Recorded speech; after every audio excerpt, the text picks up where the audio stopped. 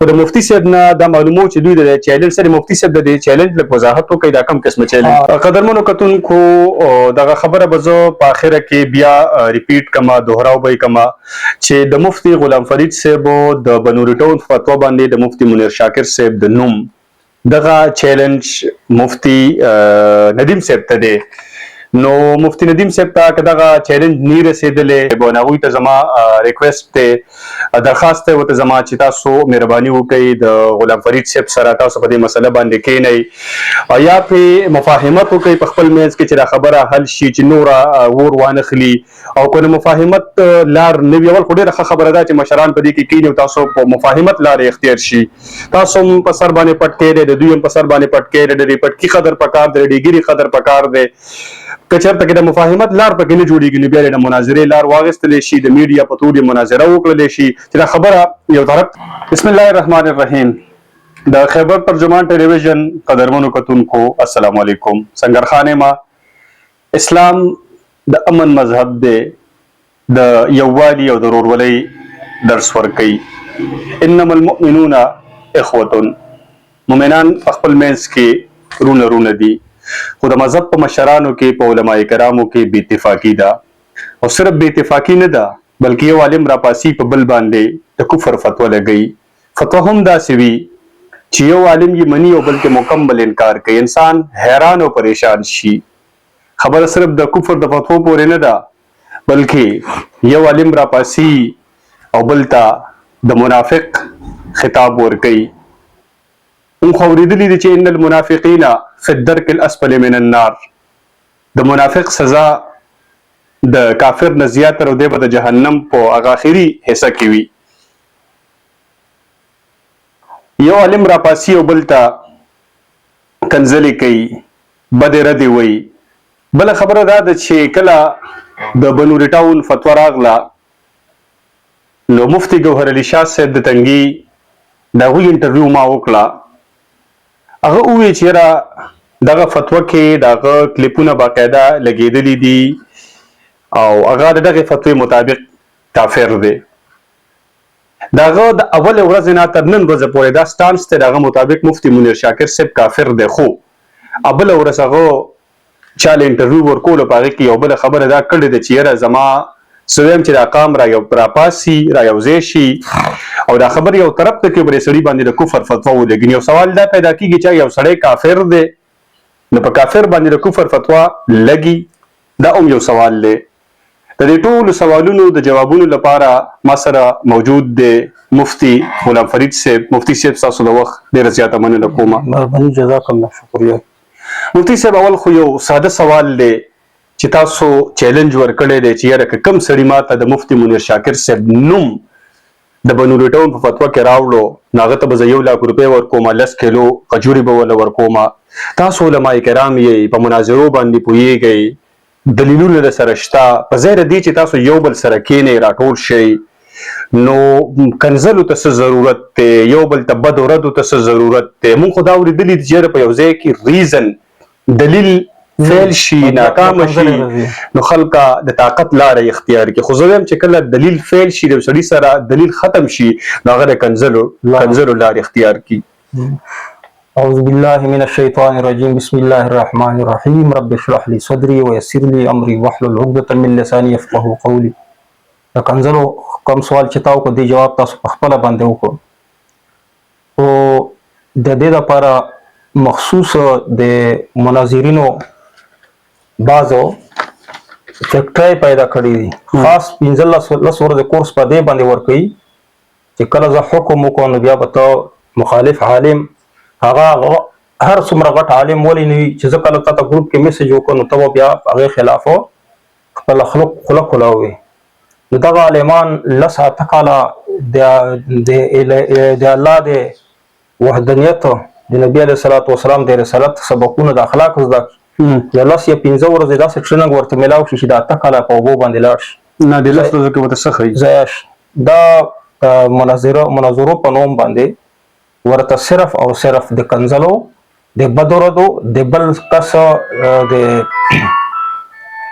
د به احترامي ادا ورته خي خبره تا دا دې کې زما یو سوال بل پیدا شو چې یو طرف ته ورته په کلونو باندې د حدیث مبارک او درس وشي، بل طرف ته ورته کنځلې خي. نو د ابن ماجه یو حدیث شریف ته چې سباب المسلم فسق، سباب المسلم فسوق وقتاله کفر. بالکل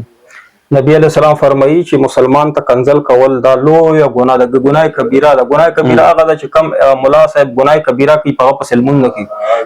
دغه مناظرین په مسجدونو کې تاسو تلمنځونه درکې تاسو ورن تاسو کړي چې ته مناظر صاحب په دا فیسبوک باندې چې کنځلې کوي تاسو ما الموس کیږي کنه تاسو عوامو غلطه خبره خلک مراد کړه او چې دا تا چیلنج ورکړی شه. چیلنج خبره زه ختمه کوم تاسو ځان سره وکړئ کوم سوال چې ما وې چې په مفتی منیر شاکر صاحب باندې معین شخص باندې په نوم باندې فتوا نشته، نو تر اوسه پورې د میډیا ولا پکار نو د میډیا ولا چې ټول ورغلی و ما سره دغه کس کې ناولې میډیا ولا با مفتی ندیم صاحب مفتی ندیم صاحب د پریس کانفرنس پیغه کړی وي چې تا دروغ فتوا ولې راوړه چې فتوا دې راوړه په غیبه باندې مفتی منیر شاکر صاحب نو مرکو اوس ته مونږ ته اوخیا میدان دې لګولې د میډیا والا دا چې چینل ولا پکار دي کنه میدان دې ولګي ما دې راولي دا د پریس کانفرنس ته وکي دوی هم سکار شته کنه میډیا کا زمو ټول کار بل خبره چې حکومت سکار شته وکنه چې یو سړی په خلکو باندې د کفر معین شخص ما کفر فتوی لګي او اختیار ورتنی حکومت په یو د تکفیریت په اکټ کې دا کس حکومت ولې نه نسی د پولیس سکار شو د عدالتونو سکار شو د سره صرف زما کار خو نه شو زموږ علماء کرام شيوخ سکار شو. شيوخ دا څه ولې وي چې یاره ګوره دا کار ته غلط کې خپل خولي ولې نه کوي لکه څنګه چې ما حق خبره کوم نو دا رنګ زموږ عالمان خپ مسله باندې پوي دي چې مسله غلطه کړې ده دروغ ویلي دي ولې ورته نه وځي دا دروغ دی ولې ویلي دي یا ورته وځي ویلي دي اوس ثابت کړ دا ولې نه عالمان خپل کار کوي نه حکومت خپل کار کوي او نو میډیا خپل کار کوي ټول دا غواړي چې خونریزي پیدا شي په ملک کې او فرقوریت پیلاو شي وینا غشي ومږه تماشا کوي چې په میډیا ته پکې فرقوریت کې فائدہ ده ځکه خبر نه ورته حکومت ته پکې ډېر ځکه هغه وي چې لړاو حکومت کرو او دا رنګ علماء کرام وي چې زموږ عزت بچ نه بل څه څنګه کنځلې کې غسو نه دکې د علماء عزت بچ نه پاتې کیږي دا ور دی دا نن تاسو دوه ترمنځ دا بخوري کی دا هر مولا دا هر عالم دروازې ته به ذکر دی خبره روکتا دا زموږ علماء دیوبند کې د تکفیریت چې راوته دي کنه د خارجیت او تکفیریت چې کومه دا خلکو پکې یو عقیده کې وردن نه د ټول دیوبند باندې بدغه ور لګي علماء کرام علماء دیوبند معتدل مسلک ته اهل اسلام چې کوم د خلق اسلام طرف ته ولي مسلمانۍ نه چې هغه کافروي چې کفر وي هغه خي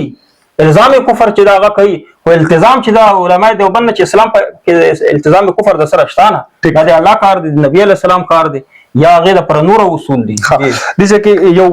وضاحت بداو کوم چې مفتی ندیم صاحب لپاره دي تاسو ولې چیلنج ورکړی دی هغه ته بل دي خبره دا خبره به تر رسیدلی چې چیلنج شوی یم نو هغه په خپل پکار دي چې سره اخلاقیات مظاهره وکړي چې یاره میډیا راوړي یا بل راوړي او پولیس راوړي او بل راوړي هغه په خپل پکار دي چې اخلاقیات مظاهره وکړي کوم مثال به تاسو مالا بس خبره باندې څه چیلنج راکې ما پسې سوې نو زما بخپل یو اخلاقیات دی چې زرا شمو تاسو سره کله میډیا په شکل کې په بل شکل کې وي او پکار دی چې په خپل باندې تاسو سره کینی پرې خبره باندې ډېر عالمان مونږ ته راځي چې څه اشکالات وي هغه اشکالات رفع کړي او زما کومه خبره زما کړې دا غینه الټا غي یو بل تاثیر خلکو ته ور کړی زما مقصد او منشا دا دی چې معین شخص باندې تکفیر نشه کولې استاد حیثیت نه دی تو مناظر یې تو مفتی نه او دینه علاوه کته مفتی هم تا چې کوم اصول دی هغه په اپلای کړی نه دي او بل لا چې تا کوم فتوا راوړي په دې کې دروغ ویلي دي او دغه ته په دې فتوا باندې په ما هم دروغ ویل تا اوس ویل چې پتا فتوا د منافقت لګوي ماته راځم دې ځکه دروغ خبره مکړه فکټریش ولا د دروغ خبره مکړه مفتی صاحب د انکشافات او د خبره ډېر خوفناک کیږي د قرآن مبارک آیات شریف ته چې فاجتنبوا الرجس من الاوثان واجتنبوا قول الزور تاسو ځان وساتئ د بوتانو د عبادت نه او د دروغونه نو چې زما د مذهب یو مذهبي رهنما دروغ وي د یو عام مسلمان نه د یو عام ساده مسلمان نه په سګیلو خبره یو خبره د زرق برق د دنیوي شهرت او د شوشا موشا او د خلق ګوره چې کله فتوا ولا کنه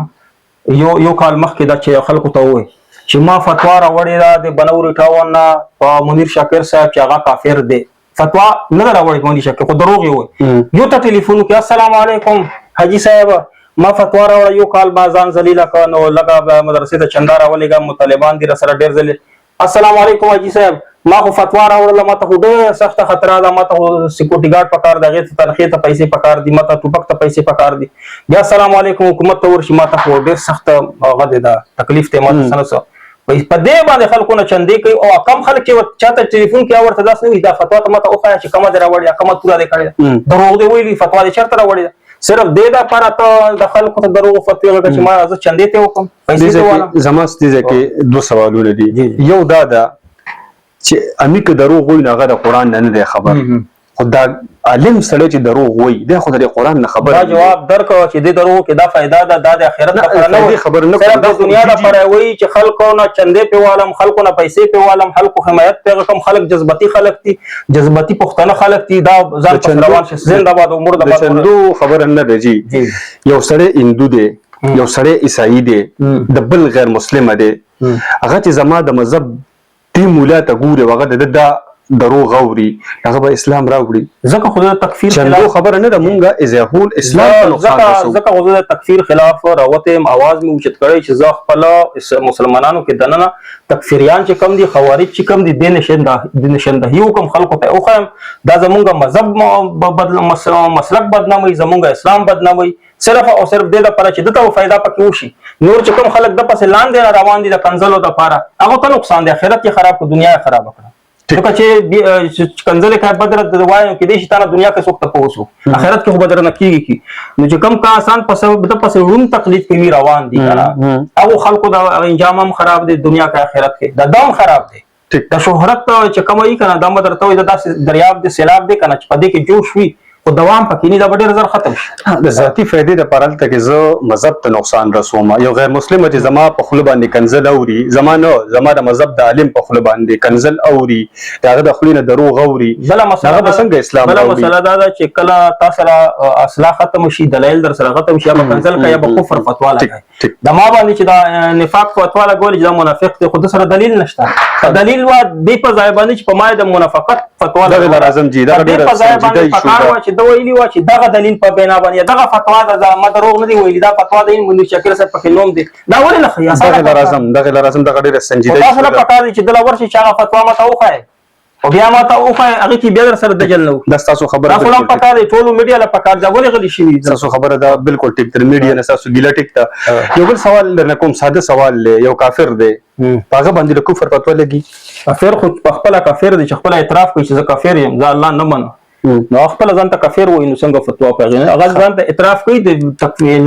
التزام دپاره چې کم دی دا شرط چې سړی به خپل اعتراف کافر خو خپل اعتراف کوي زه نه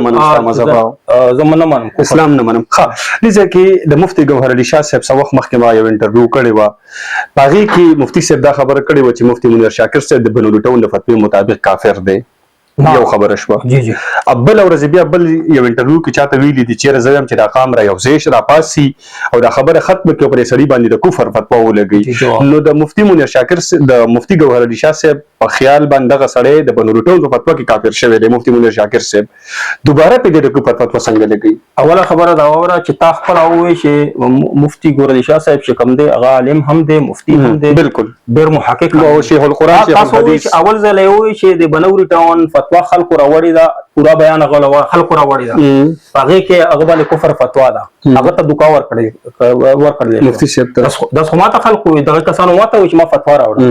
نو چې بعد کې چې کم دویم بیان دی که نه هغې کې الزام کفر دی مفتی صاحب چې کم دی ګوهر علي شاه صاحب په هغې باندې که ما سره څوک خبره کوي زه ورسره خبرې ته تیار یم اگر چې هغه سره ما ټلیفون یا رابطه ورسره نشته خو هغه خبره حقه کړې ده الزام کفر یې کړ اول ورته خلکو دوکا ورکړه چې ما فتوا هغه په نوم راوړې ده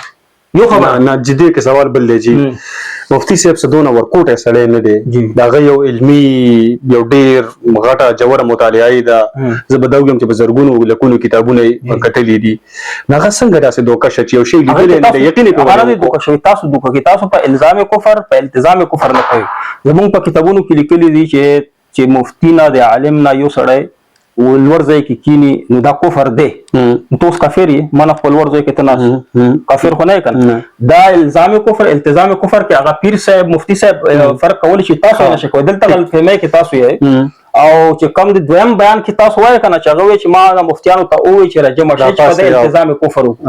هغه ته اصول معلوم دي اصول تکفیر ورته هغه ته معلوم دي او د چې کوم نور دي چې هغه مناظرین دي هغه مفتیان نه دي چې تاسو یې ذکر وکړو چې هر چا باندې فتوا لګي اوس تا ما پسې بله فتوا راوړي چې په ما هم لګولې ده او په ما د خیر لګولې ده خو مولا فضل الرحمن صاحب لګولې ده چې چا وایي چې دعا کړي منیر شکر صاحب ته شهید ورته ویلي چې شهید ویلي هغه کافر زګدي دي ما چې نکاح دی وکړي رجوع دی وکړي نو دا خو دا اصل کې غوسه ټوله چې دا مولا فضل الرحمن ته رضی هغه ورته وایي چې مناظرې مه کوه نو دی هغه نه بدل اخلي نوم زما اخلي پکې ځکه چې کله فضل الرحمن صاحب نوم والي نو بیا خلک ترې متنفره کېږي بیا د چندو ته نقصان رسي کني غوسه ټوله د مشرانو ته راځي ماته نه راځي زموږ مشرانو اول ورته ویلي شي ټیک ما خو وروسته ورته ویلي ما خو د هغه تایید کړه سره مشران اصل کې زما نوم ځکه بدناموي چې زه خو کمزوری غوندې یو مفتي صاحب یم نو دی د غټ عالمان چې کم دی دا نشي یادولی ده ته مخامخ ویلي چې ته مناظرې نه کوې زموږ سره جمعیت علما اسلام سره هېڅ قسم تعلق نه نو دا خپله غوسه هلته کې وباسي او نوم زما استعمال مفتي صاحب تاسو د دې منافقت د خبرې ذکر وکړو دا راته ووایي چې منافقت ولا فتوا یې څنګه لګولې منافقت فتوا داسې ده چې ملک مفتي نعیم صاحب نه جی هغه د خولې وینا ده چې مفتي ندیم صاحب ملک مفتي نعیم صاحب ته او مفتي غلام فرید صاحب ته ویلي دي چې تاسو منافقت راښکاره شو اوس ښکاره شو دا راته ووایي چې تاسو کوم قسمه منافقت دی چې دا ښکاره شوی دی چونکې مفتي ندیم صاحب ته به پته لګېدلي چې کوم قسمه منافقت دی موږ عوامو ته لږ دا منافقت ښکاره کوي چې موږ هم درنه دا به تاسو له پکار دي چې تاسو او ورسره نوره میډیا وله دغه جعلي مفتی چې کوم دی چې مناظر دی او دی جعلي مفتی د مفتی نه دی دته به تاسو ووایئ چې دا منافقت فتوا اول خو پټ و تا نه اوس ښکاره شو ښکاره خو دا دی چې فتوا دې مضبوطه ولګه اوس دا ولې منافق دی هغه منافقت یې وښیه خپله په الزام کفر التزام کفر کې فرق نشي کولی قطعیات و ظنیات کې فرق نشي کولی چې کم عالم د هغې فرق درته ښیي تا ته رڼا ښیي نو تا هغه باندې د نفاق والا فتوی لګه نو دا پکار دی چې میډیا والا بیا وایم چې میډیا ولا دا کار دی چې دی ته ورشي چې مناظره خو ته شوق دی کنه مناظره خو ستا کار دی کنه خو راشه اوس یو سیریز وکړو د مناظرو یو مکمل سیریز چې کوو هر هفته به یوه مناظره کوو په د تکفیر باندې په خریجت باندې په ستا په د الفاظو باندې ستا په د کنزلو باندې په هره هفته به یو مناظره کوو خو لیکن منځ کې د میډیا ولا پکار دی چې دا د میدان میډیا و میدان جوړ کله د میدان ته ورځې نو تاله پته دی بیا کنزلو جواب مونږ نه راځي میډیا ولا پکار دی چې هغه ورشي چې تا ته چلنج میلاو شوی دی راشه اوس دې میدان ته راشه ما ته ووایي ټیک او ده ته ووایي چې څوک حاضر دی چې هغه خلاف دی بیا اعلان وکړي چې دا سړی په ملک کې امن او امان خلاف دی دا د فهم و تفهیم والا سړی نه دی صرف د شهرت دپاره دی داسې اعلان به میډیا والا خپله وکړي دې کې اوس یو سوال دا دی تاسو انکاري یې د منافقت د فتوی نه په تاسو چې کومه لګېدلې ده یو سړی دی په هغه باندې د منافقت فتوا لګېدلې ده او دغه سړی منافق نه دی دا چا چې لګولې ده د هغه دپاره حکم څه دی مخکې تاسو ته ما یو ځلې ویلي چې دا صحیح حدیث دی چې په دې کې اوس الزام و التزام ته خبره پاتې نه شو ځکه حدیث کې صحیح راغلی نص راغلی چې څوک په بل ته منافق یا کافر ووایي نو ده ته واپس مسلمان ته چې ووایي ده ته واپس راځي دې کفر نه ځان نشي بچ کولی ځکه چې ته تکفیر کوي خارجت کوي خلک چاته منافق وایي چاته کفر وایي نبی علیه الصلاة والسلام تا ته کافر ویلي مسلم شریف صحیح حدیث دې نه به زه دغه کس نشم بچ کولی دی د خپله ځان ته بچ کړي د خپله جواب وکړي چې دې حدیث سره ته به ته څه جواب ورکوې دا د منافق دپاره هم ده چې منافق ته چاته وایي دجال د 400 واپس تاله راځي ټیک د دجال خبر دې وکړو نو مفتي ګوهر علي شاه صاحب او منیر شاکر صاحب ته دجال ویلی دا الزام دی دا ټول الزامات دي ما درته ووایي چې که تاسو چرته دغه بل کس چې تاسو یادوي د دروغ وجه مفتي ګوهر علي شاه صاحب په اصولو باندې پوه دي الزامات چې ما درته وښودل چې ته مانه اوچت ځای کې کښېنې دا کوم دا الزامات دي صحیح الزامات چې کم دي هغه دپاره حق دی چې هر سړي عقیدې مطابق کله دته یو الزام چې په ده باندې دجل لګوي کله به زندقت لګي کله به د کفر لګي دا مفتي ګوهر علي شاه صاحب چې کم دي هغه ته ویلی شي الزام او تا ته ما یو مثال هم درکړی چې دنیوي مثال یې داسې دی لکه یو سړی دی چې جیل ته روان کړی دی خلک درنه تپوس وکړي پولیس وایي دا څه راپوځي هغه درته دا قاتل دی قتل یې کړی دې نه مخکې چې جج فیصله نه ده کړې ته ورته قاتل وایې که نه دې ته الزام وایي چې کله به جج فیصله وکړي هغه نه پته ولګي چې دا قاتل دی کنه هغه ته قاتل ویل چې کله جج ورته وو ټیک مفتي صاحب په دې دغه باندې دا کم خلک چې کنځلې کوي هغه خبره به بیا وکم چې کله د سړي سره دلیل ختم شي نو د کنځلو لارې اختیار کړي چې دغه سره د خپل بڑاس اوسې وستلو لپاره بل څه لار نه دا جواب وته خپل او کنه سوال جواب دی سوال جواب خو ما وکړو خو درته وای چې حکم سره دی لپاره یو خو ما دغه حدیث مبارک وی دا فاسق دی او فاسق سړی چې کم دی دا عام کتون کو ته واضح کوي عام کتون کو ته جواب چې کوم مسلمان په خپل باندې کنځلې کوي مسلمان تا د کنځلو لپاره هیڅ قسم هیله ملي نه جوړیږي چې د کنځلا وکړه ځکه ځکه دا هیله پکې تاسو کنځلا یعنی کوم مسلمان خلا یا لیکل یا تحریر تاسو فیسبوک باندې خپل امامان مو وګورئ چې چا د مناظرو سره تعلق دي زه هغه کسان چې هغه مقتدیان دي عوام دي تاسو په مسجد کې امامان دي کنه او دغه او مناظرو سره تعلق دي هغه ولا فیسبوک وګورئ چې معلمانو خلاف کوم کنځلې کړي چې کنځلې کوي هغه فاسق دي فاسق حکم دادي چې هغه پس لمون نه کیږي مکروه دي ټیک مونږ پسې نه کیږي عوام دي ځان ته بچ ټیک قدرمنو کتونکو د مفتی غلام فرید صاحب د بنورټونو پتو چې کوم چیلنج دی نو دغه چیلنج غوي مفتی ندیم صاحب ته ورکړی دی نو یو خبره دا د مفتی صاحب ته دغه چیلنج نی رسیدل چې کوم چیلنج دی نو دغه اول خو خبره ده چې مفاهمت په خپل منځ کې وشي که مفاهمت نه وي د مناظرې لار د اختیار شي ځکه چې چیلنج دی چیلنج جواب بیا مناظره وي خو د مفتی صاحب نه دا معلومو چې دوی د چیلنج سره مفتی صاحب د چیلنج له وضاحت کوي دا کم قسمه چیلنج دا ما زما چیلنج وضاحت ځکه ضروري د ځان سره دا سیو کا چې بیا سبا څوک دا نه وي چې ستا چیلنج کوم هم دیو ځای आवाज بل ځای زما چیلنج دا دی چې دا کومه بنوري ټاون فتوا وا په دې باندې تا دروغ ویلي دي چې دا د منیر شاکر صاحب باندې فتوا دا کفر راغلی دا د بنوري ټاون فتوا کې د منیر شاکر صاحب نوم نشته دا مطلق فتوا ده دا پتازه لګول شي په بلې لګول شي د منیر ته ماته دا وخای چې د منیر شاکر صاحب نوم دې پکې ولې وردننه کو چیلنج دا دی چې دا دروغ ویلي ټول یو کال دروغ وي په دې چندې وخوړي خلکونه چې ما خطوره وکړه چې په تو مې راوړیا نمبر 1 یو چیلنج دا دی دویم مسله دا ده چې توای چې دا مطلق فتوا له ارچا باندې لګي نو ته د اهل نه تا خپل سندو خو خپل مفتی هغه خو چانه ته د مفتی سبق ویلي کته مفتی او خود یاد سندو خود یاد خپل اهلیت او خود چې یو مطلق فتوا په معین شخص باندې لګول شي نو صحیح دی تبه خای چې څنګه اوس کم اصول دي دریو مسله دا ده چې د تکفیریت چې کم دی خارجیت چې زمونږ په علماء دیوبند کې دننه تخورای